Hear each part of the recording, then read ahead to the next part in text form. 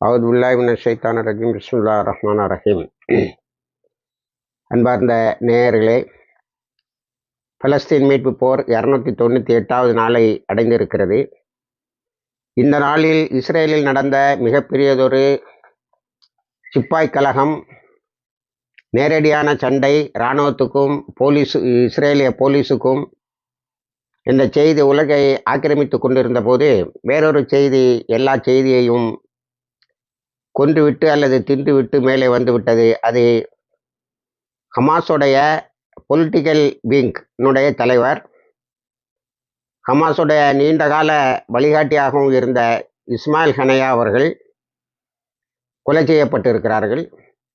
அதுவும் ஈரானில் அவர் இந்த பெகிஷ்கானுடைய பதவியேற்பு விழாவில் கலந்து கொண்டு தங்கியிருந்த வீட்டில் வைத்து அந்த கொலை நடந்திருக்கிறது. அந்த கொலையை செய்தவர்கள் ட்ரச்சரஸ் ஜியோனிஸ்ட் அட்டாக் என்று சொல்லுகிறார்கள். அதாவது இஸ்ரேலுடைய தாக்குதல் என்று சொல்லுகிறார்கள். இதை ஹமாஸே அறிவித்திருக்கிறது. அல் ஜசீரா காலையிலேயே சில நிமிடங்களுக்கு முன்னாடியே அந்த செய்தியை விரிவாக தந்து கொண்டிருக்கிறது. ஹமாஸ் இப்படி அறிவித்திருந்தாலும் IRGC, Islamic revolutionary guards corps, அதை பற்றி ஆய்வு நடத்தி கொண்டு இருக்கிறோம், உண்மையான குற்றவாளிகளை தண்டிக்காமல் விடமாட்டோம் என்று அறிவித்திருக்கிறார். அதே போல ஹமாஸ் போராளிகளும் இஸ்மாயில் ஹனாவினுடைய மரணத்துக்கு பழி வாங்காமல் விடமாட்டோம் என்று சொல்லியிருக்கிறார்கள். இஸ்மாயில் ஹனையா தன்னுடைய குடும்பத்தில் 162 பேரை இந்த அக்டோபர் 7க்கு பிறகு நடந்த தாக்குதலிலே தந்திருந்தார். அதன் பிறகு அவர் மட்டும்தான் இருக்கிறார். ஏனென்றால் பேர குழந்தைகள் வரைக்கும் ஷஹீதாகிவிட்டார்கள் என்ற செய்தியை நாம் உங்களுக்கு சொன்னோம். இப்பொழுது அவரையும் ஷஹீதாகி இருக்கிறார்கள். இது போன்ற களங்களில் ஷஹாதத் என்பது ஒரு வரப்பிரசாதம், மிகப்பெரியதொரு அருள். என்றாலும் இந்த தலைமையை தெஹ்ரானில், அதாவது ஈரானுடைய தலைநகரிலே தாக்க முடியும், அவர் இருந்த வீட்டை தாக்க முடியும். அதில் அவரோடு கூட இருந்த ஒரு பாடிகார்டும் இறந்திருக்கிறார் என்கின்ற செய்தி சற்றே அதிர்ச்சியானதுதான். அது பற்றிய விவரங்கள் வரும். அதற்கான எதிர் தாக்குதலும் நடக்கும் என எதிர்பார்க்கிறோம். இதனால் நடந்து கொண்டிருக்கின்ற பேச்சுவார்த்தை ஒரு முடிவுக்கு ஒருவேளை தடைபடலாம் என்ற செய்தியை எல்லா ஊடகங்களும் மறுத்திருக்கின்றன. பேச்சுவார்த்தையில் நெத்தன்யாஹூ அதை அவர் ஏற்றுக்கொள்ளவே மாட்டார். ஏனென்று சொன்னால் அவருடைய பதவி காலத்தினுடைய நீடிப்பு அதில் இருக்கிறது. அடுத்து, இன்றைக்கு பத்திரிகைகளையும் உலகத்தை ஆக்கிரமித்திருக்க வேண்டிய செய்தி, பெய்த் லிட் என்ற இடத்தில் நடந்த ஒரு பெரிய சிப்பாய் கலவரம். இது இஸ்ரேலில் இருக்கிறது, வெஸ்ட் பேங்குக்கு மேற்கு கரையின் பக்கத்தில். அது ஒரு டெசர்ட் ஏரியா என்று சொல்லுகிறார்கள், தனித்த பாலைவனம் போன்ற பகுதி. அங்கே 9 இஸ்ரேலிய இராணுவத்தை சார்ந்தவர்கள், அதுவும் ரிசர்விஸ்டை சார்ந்தவர்கள் செய்த பாலியல் வன்மங்கள், இஸ்ரேலிய சிறையில் செய்த பாலியல் வன்மங்கள், அதற்காக அவர்கள் சிறைபிடிக்கப்பட வேண்டும். அவர்களை இராணுவ நீதிமன்றத்திலே நிறுத்தி விசாரணை செய்ய வேண்டும் என்று அழைத்து வந்து விசாரணை நடந்து கொண்டிருக்கின்ற போது 1200 வந்தேரிகள், இவர்கள் தீவிரவாதிகள், வயலண்ட் செட்டிலர்ஸ் என்று நான் அடிக்கடி சொல்லிக் கொண்டிருக்கிறேன். இவர்கள் அந்த நீதிமன்றத்துக்கு, இராணுவ நீதிமன்றத்தினுடைய எல்லா தடைகளையும் தாண்டி உள்ளே சென்று எங்களுடைய போர் வீரர்களை நீங்கள் விசாரிக்க கூடாது என்று சொல்லியிருக்கிறார்கள். இன்னும் பல இராணுவத்தினர் உள்ளே புகுந்து, நாங்கள் இனி எங்கேயும் சண்டைக்கு போக மாட்டோம், நீங்கள் இப்படி பாலியல் வன்மம் செய்தோம் என்பதற்காக எங்களை விசாரித்தால் என்று சண்டையிட்டு இருக்கிறார்கள். நீதிமன்றம் வேறே வழி இல்லாமல், எந்த இராணுவம் அந்த நீதிமன்றத்தை பாதுகாத்து இருக்க வேண்டுமோ அந்த இராணுவம் பாதுகாக்கவில்லை என்பதனால் இஸ்ரேலிய போலீஸை காவல்துறை அழைத்திருக்கிறது. காவல்துறை நாங்கள் யாரையும் அனுப்ப மாட்டோம் என்று மறுத்திருக்கிறது. அதனால் அங்கே நடந்த நீதி விசாரணையின் தொடக்கம் சீரழிந்திருக்கிறது. அதில் நிறைய பேர் காயம்பட்டிருக்கிறார்கள். இறுதியில் அங்கே உள்ளே இருந்த, நீதிமன்றத்திற்கு உள்ளே இருந்த காவலர்களுக்கும் இஸ்ரேலிய இராணுவத்திற்கும் இஸ்ரேலிய காவலர்களுக்கும் இஸ்ரேலிய இராணுவத்துக்கும் இடையே மிகப்பெரியதொரு சண்டை நடந்திருக்கிறது. அதன் பிறகு அது தெருக்களுக்கு வந்திருக்கிறது. இதனால் இஸ்ரேலுடைய தளபதி, அதாவது சீஃப் ஆஃப் ஸ்டாஃப் ஹெர்ஸ் ஹெல்வி உடனேயே டிஃபென்ஸ் மினிஸ்டர் கேலண்டை சந்தித்திருக்கிறார். 2 பேரும் உடனேயே நத்தியானுவை சந்தித்திருக்கிறார்கள். இந்த நிலையை எப்படி சீர் செய்வது என்பது தெரியாமல் திணறிக் கொண்டிருந்த அந்த நேரத்தில்தான் அவர்களுக்கு செய்தி வேறு பக்கம் திரும்புகின்ற அளவில் இஸ்மாயில் ஹனயாவுடைய மரணம் வந்து சேர்ந்தது. இஸ்மாயில் ஹனயாவை போல 1000 பேர் ஹமாஸில் இருக்கிறார்கள். ஏன் இந்த போராளி குழுக்களை இதுவரைக்கும், அதாவது ஏறத்தாழ ஒரு 40 ஆண்டுகளாக 1987 தொடங்கப்பட்டு 2024 வரைக்கும் வீரியமுடன் சண்டை போட்டு கொண்டிருக்கின்ற இந்த போராளி குழுவை தொடங்கிய ஷேக் அகமது யாசின் அவர்களும் இதே போன்ற ஒரு டார்கெட்டட் கில்லிங்கில் தான், அதாவது குறிவைத்து கொலை செய்யப்படும் சூழலில் தான் இறந்தார்கள்.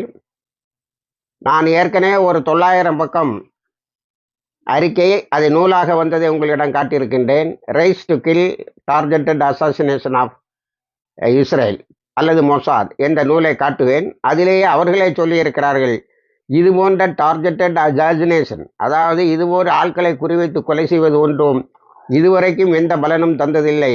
நாளைக்கே இஸ்மாயில் ஹனயா பட்டாலியன் அல்லது பிரிகேட்ஸ் என்ற ஒரு படைப்பிரிவு தொடங்கி இன்னும் இஸ்ரேலுக்கு அது தலைவலியாக மாற முடியும் என்று காட்டியிருக்கிறார்கள். நான் சொன்ன இந்த சிப்பாய் கழகம் எந்த அளவுக்கு நடந்திருக்கிறது என்று சொன்னால், நேற்று கான் யூனிஸிலிருந்து தன்னுடைய படைகளை பின்வாங்கி கொண்டு இங்கே இஸ்ரேலுக்குள்ளால் வந்து பொதுமக்களோடு சண்டையிடுவதற்கு அந்த இராணுவத்தை கொண்டு வர வேண்டிய அவல நிலைக்கு இஸ்ரேல் தள்ளப்பட்டு இருந்தது. கான் யூனிஸிலிருந்து இவர்கள் வெளிவந்தது எவ்வளோ பெரிய ஆறுதல் அந்த மக்களுக்கு என்று சொன்னால், உடனேயே அழிக்கப்பட்ட எரிக்கப்பட்ட டெண்டுகளில் வேறு சின்ன சின்ன கூடாரங்களை அமைத்து அந்த மக்கள் வாழ தலைப்பட்டு இருக்கிறார்கள். இப்பொழுது அந்த கலவரம் இன்னும் அடங்கவில்லை. அது அடங்கிவிட்டால் ஒருவேளை திரும்ப வரலாம். அப்போது இந்த மக்களுடைய இந்த குடியிருப்புகள் மீண்டும் அலக்களிக்கப்படலாம் என்பதுதான் செய்தி. அடுத்தது, போராளிகள் குழுக்கள் தங்களுக்கு ஏற்பட்ட இந்த பெரிய இழப்பையும் கண்டு சற்றும் தளராமல் அதற்கு நாங்கள் பழிவாங்குவோம் என்று அறிக்கை விட்டுவிட்டு தங்களுடைய போரை தொடர்ந்து கொண்டு இருக்கிறார்கள். ரஃபாவில் பல இராணுவ வாகனங்களை அளித்திருக்கிறார்கள். இப்பொழுது ரஃபா என்ற பிலாடெல்பியா ஆக்சிஸை இஸ்ரேல் பாலஸ்தீனர்களிடம் ஒப்படைக்க வேண்டிய ஒரு நிலைக்கு வந்திருக்கிறது. ஒருவேளை அது பாலஸ்தீனன் அத்தாரிட்டியிடம் கொடுத்தாலும் கொடுக்கும், அப்பாஸுடைய ஆட்களிடம் கொடுத்தாலும் கொடுக்கும். ஆனால் அது இந்த பிலாடெல்பியா ஆக்சிஸ் என்பதனுடைய ரியல் பெயர் சலாவுதீன் ஆக்சிஸ் என்று சொல்கிறார்கள். சுல்தான் சலாவுதீன் அவர்கள் இந்த இடங்களை எல்லாம் வெற்றி கொண்ட அந்த வரலாற்றை நினைவு கூறுகின்ற பெயர், அதை இவர்கள் மாற்றியிருக்கிறார்கள். அடுத்து ஹிஸ்புல்லா, அங்கே ஒரு பெரிய செய்தியை உருவாக்குவதற்கு முயற்சி செய்தார்கள். ஆனால் அது தூர்ந்து போனது. இஸ்மாயில் ஹனயாவுடைய அந்த மரணம் எல்லா செய்தியும் இங்கு கொண்டு வந்து விட்டது. நேற்று பெய்ரூத்துக்கு வெகு தூரத்தில் உள்ள ஒரு கிராமப்புறத்தை தாக்கியிருக்கிறார்கள். அதில் ஃபஹத் சுக்கூர் என்ற ஒரு ஹிஸ்புல்லாவினுடைய தலைவர் என்றெல்லாம் நிறைய பீட்டிக் கொள்கிறார்கள். ஹிஸ்புல்லாவினுடைய தலைவரை நாங்கள் கொன்றுவிட்டோம் என்று சொன்னார்கள். ஆனால் தஸ்னிம் நியூஸ் ஏஜென்சி, அதே போல ஹமாஸும் ஹிஸ்புல்லாவும் அவர் நல்ல காயத்தோடு இருக்கிறார், அவரை இவர்கள் தாக்கவில்லை, 2-3 சிவிலியன்ஸ் இறந்தது மட்டும்தான், அப்பாவி மக்கள் இறந்தது மட்டும்தான் அதில் நடந்திருக்கிறது என்று சொல்லியிருக்கிறார்கள். அடுத்து அவர்களே ஒத்துக்கொள்கிறார்கள், யார் ஹிஸ்புல்லாவே ஒத்துக்கொள்கிறார்கள், எங்களுடைய உறுப்பினர்களில் ஒருவர் ஹசன் ஹுசைன் மாலக் என்பவர் ஷஹீதானார், அவரை நாங்கள் நல்லடக்கம் செய்கிறோம் என்று. இவர்கள் அந்த கொலை செய்ததாக சொல்லும் ஃபஹத் சுக்கூருக்கு இவர்கள் நிறைய பட்டங்களை கட்டுகிறார்கள் சியோனிஸ்டுகள். என்னவென்று சொன்னால், அவர்தான் ஹசன் நசருல்லாவுக்கு எல்லாம் ஹசன் நசருல்லாவினுடைய ஆலோசகராக இருந்தார் என்றெல்லாம், அதெல்லாம் பொய் என்று ஒரே நிமிடத்தில் சொல்லிவிட்டு உண்மையிலே இறந்தது வேறொரு உறுப்பினர் என்று சொல்லியிருக்கிறார்கள். இவர்கள் அடிக்கடி இப்படி பொய் சொல்வார்கள். ஆனால் அந்த பொய்யில் இஸ்மாயில் ஹனியாவுடைய மரணம் அடங்காது. அடுத்து அப்பர் கலீலியில் தொடர்ந்து தாக்குதலை நடத்தி இருக்கிறார்கள் ஹிஸ்புல்லா. அதில் 15 குடியிருப்புகள் அழிக்கப்பட்டு குடியிருப்புகளில் இருந்தவர்கள் டெல் அவீவை நோக்கி பயணம் செய்து கொண்டு இருக்கிறார்கள். இப்போ டெல் அவீவில் இடம் கிடையாது. ஏன்னா அங்கே இராணுவத்துக்கும் இதுக்கும் சண்டை நடந்து கொண்டு இருக்கிறது. அடுத்தது சஹுத் பத்தாலியா என்ற இடத்தை தாக்கி இருக்கிறார்கள். பெய்த் ஹிலல் என்ற இடத்தை தாக்கியதில் அதை கம்ப்ளீட்டாக முற்றாக அழித்து விட்டார்கள் என்பது செய்தி. அடுத்து அதே போல கபூர் யுவால் என்பதை சீசோடு ட்ரோன்ஸை வச்சு நாங்கள் தாக்கிறோம் என்று சொல்கிறார்கள். இதெல்லாம் பெய்ரூத்துக்கு பக்கத்தில் வெகு தூரத்தில் நடந்த ஒரு தாக்குதலுக்கு பழி என்று அறிவிக்கிறார்கள். அடுத்து சேனல் 12, இஸ்ரேலுடைய சேனல் 12 8 இடங்களை தாக்கியதாக சொல்லுகிறது. ஆனால் கணக்கில் 12 இடங்கள் வருகிறது.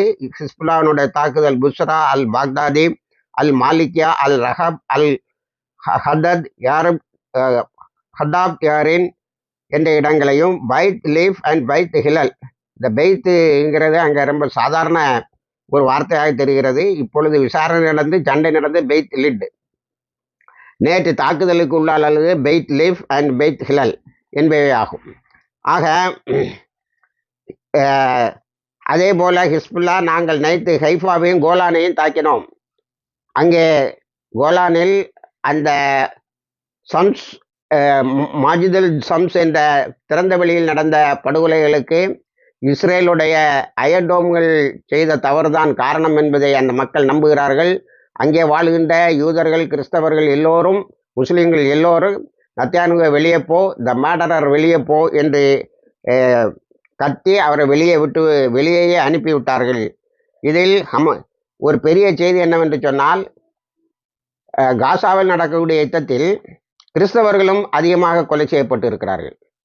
எந்த அளவுக்கு என்று சொன்னால், கிறிஸ்தவர்களுடைய சிமண்டரிஸ் சொல்லக்கூடிய கல்லறைகளில் அடக்குவதற்கு இடமில்லாமல் முஸ்லிம்களுடைய கபர்ஸ்தானத்தில் தங்களுடைய பிணங்களை கொண்டு வந்து அடக்குகிறார்கள். முஸ்லிம்கள் அதற்கு இடம் கொடுக்கிறார்கள், கிறிஸ்தவ முறைப்படி அடக்கிக் கொள்வதற்கு என்பது அங்கே கிறிஸ்தவர்கள் எந்த அளவுக்கு முஸ்லிம்களோடு நிற்கிறார்கள் என்பதும், முஸ்லிம்கள் எந்த அளவுக்கு தாராளத்தன்மையோடு அதை ஏற்றுக்கொள்வார்கள் என்பதையும் காட்டுகிறது. அடுத்தது 15 செட்டில்மெண்ட் நான் ஏற்கனவே குறிப்பிட்டது. அந்த 15 குடியிருப்புகளும் காலியாகி இருக்கிறது. ஹசன் நசருல்லா அறிக்கை விட்டு இருக்கிறார், இப்போ உனக்கிட்ட ஒன்றுமே கிடையாது,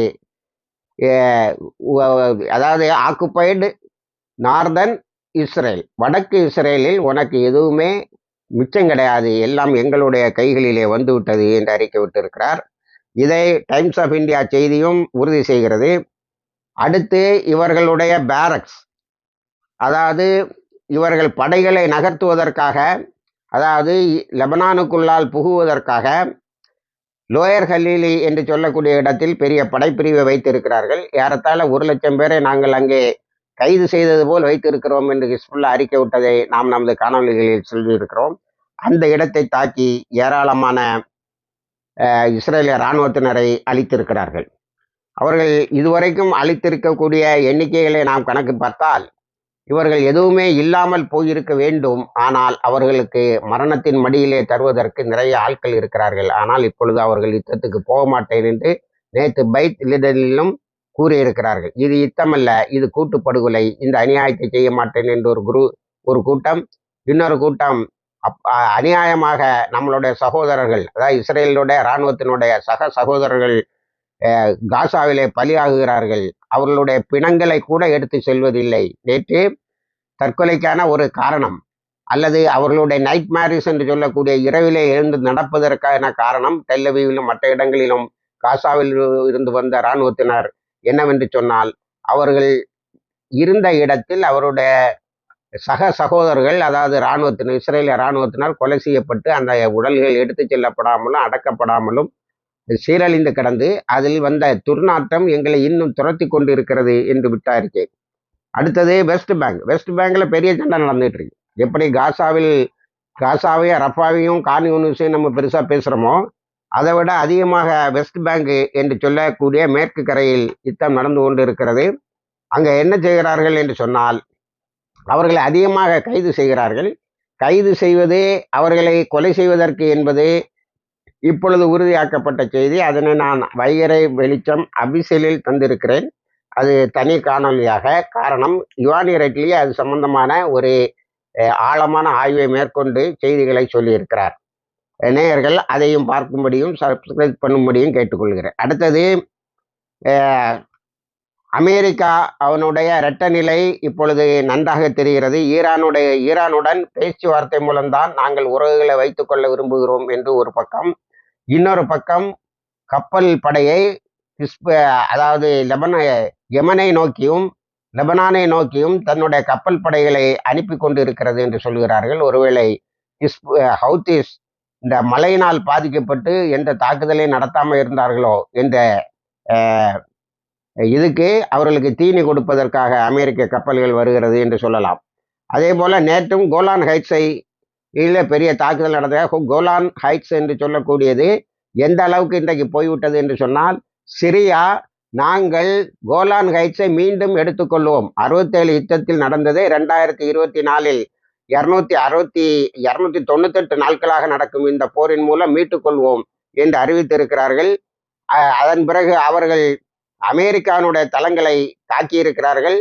ஆனால் இஸ்ரேல் ஒரு தாக்குதலை சிரியாவில் நடத்தியதாக சொல்கிறார்கள். இஸ்ரேலும் அதில் எந்த நஷ்டத்தை ஏற்படுத்தியதாக சொல்லவில்லை.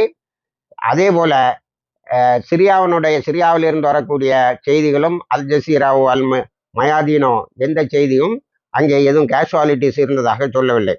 ஈராக்கும் தன்னுடைய நாட்டிலிருந்து அமெரிக்க படைகளை துரத்துகின்ற வழியில் தொடர்ந்து அந்த கனோகோ ஃபீல்டை அடித்து கொண்டு இருக்கிறது. அமெரிக்காவுக்கு கொள்ளையடிக்கக்கூடிய தளங்கள் குறைந்து வருகிறது. அதனால் அமெரிக்கா ஏதாவது பெரிய நடவடிக்கை எடுக்கும் என்பதுதான், எடுத்து தங்களுடைய இந்த கொள்ளை பகுதிகளை பாதுகாத்து கொள்ளும் என்பதுதான் நமக்கு கிடைக்கக்கூடிய செய்திகள். இதை பல இராணுவ நோக்கர்களும் சொல்லி இருக்கிறார்கள். அதன் பிறகு ஹவுதிஸ் நேற்று பல தாக்குதல்களை நடத்தி இருக்கிறார்கள். அவர்களுக்கு அதாவது யமன்ல பெரிய பிரச்சனை நடந்துகிட்டு இருக்கு, வெள்ளப்பெருக்கால். அந்த நிலையிலும் அவர்கள் தாக்குதலை நடத்தி இருக்கிறார்கள். இது இன்டர்நேஷ்னல் நேவிகேஷன் ரூல்ஸ், அதாவது கடல் போக்குவரத்துக்கு சர்வதேச அளவில் நாம் வைத்து இருக்கக்கூடிய விதிகளை மீறுவதாக இருக்கிறது என்று அமெரிக்கா சொல்லி இருக்கிறது. அதற்கு ஹவுதிஸ் ஒரு பதில் கொடுத்துருக்காங்க. அதாவது ஐக்கிய நாடுகள் சபையினுடைய தீர்மானம் 1701 33,000 தடவை இஸ்ரேலும் அமெரிக்காவும் மீறி இருக்கின்றன. அதுக்கு பதில் சொல்லிவிட்டு நாங்கள் மீறுவதை பற்றி பேசுங்கள் என்று தைரியமாக அறிக்கை விட்டு இருக்கிறார்கள். இப்படி இந்த யுத்தம் இனி தெஹ்ரான்ல வைத்து இஸ்மாயில் ஹனேயா கொலை செய்யப்பட்டிருப்பதால் அதை ஈரான் பழிவாங்கும் குணமுடையது என்பதை நத்யான்ஹுவே சொல்லி இருக்கிறார்.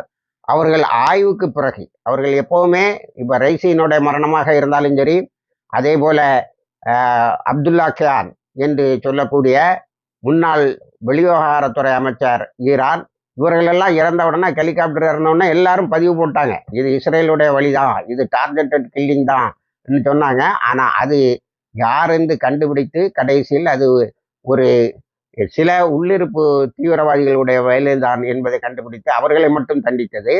அவசரப்பட்டு யுத்தத்துக்கு போகவில்லை. ஆனால் டமாஸ்கஸில் தனக்கு நடந்த தன்னுடைய தூதரகத்தின் மீது நடந்த அந்த தாக்குதலுக்கு பழி வாங்கியது. ஆனால் இப்பொழுது மிக சீரியஸான ஒரு விஷயம்தான் நடந்திருக்கிறது. அதனால் இது ஒரு பெரிய போராக வெடிக்க வாய்ப்புண்டு. இஸ்மாயில் ஹனேயாவுக்கு ஹிஸ்புல்லாவும் ஹமாஸும் கூட பழிவாங்க பயங்கரமான முயற்சிகளை, ஹமாஸ் நிச்சயமாக பழிவாங்க முயற்சி செய்வார்கள். அதனால் இந்த யுத்தம் ஒரு பெரிய வட்டத்தை நோக்கி போகிறது. துருக்கியினுடைய வெளிவிவகாரத்துறை அமைச்சர், நாங்கள் எப்படி கராபாங்கிற இடத்திலும் லிபியாலையும் நாங்கள் உள்ளே சென்று தாக்குதல் நடத்தினோமோ அதே போல இஸ்ரேலுக்கு உள்ளால் சென்று தாக்குதல் நடத்துவோம் என்று அறிவித்திருக்கிறார்கள். ஆகவே இது நாம் நினைத்தபடி எங்கேயோ அணைந்துவிடும் தீயாக இல்லை, இன்னும் கொழுந்துவிட்டு எறியும் தீயாகத்தான் இந்த யுத்தம் விரியும் போல் தெரிகிறது. இணைந்திருங்கள், எல்லா தகவலையும் உங்களுக்கு கொண்டு வந்து சேர்க்கிறோம். ஆகிறதவா நாள்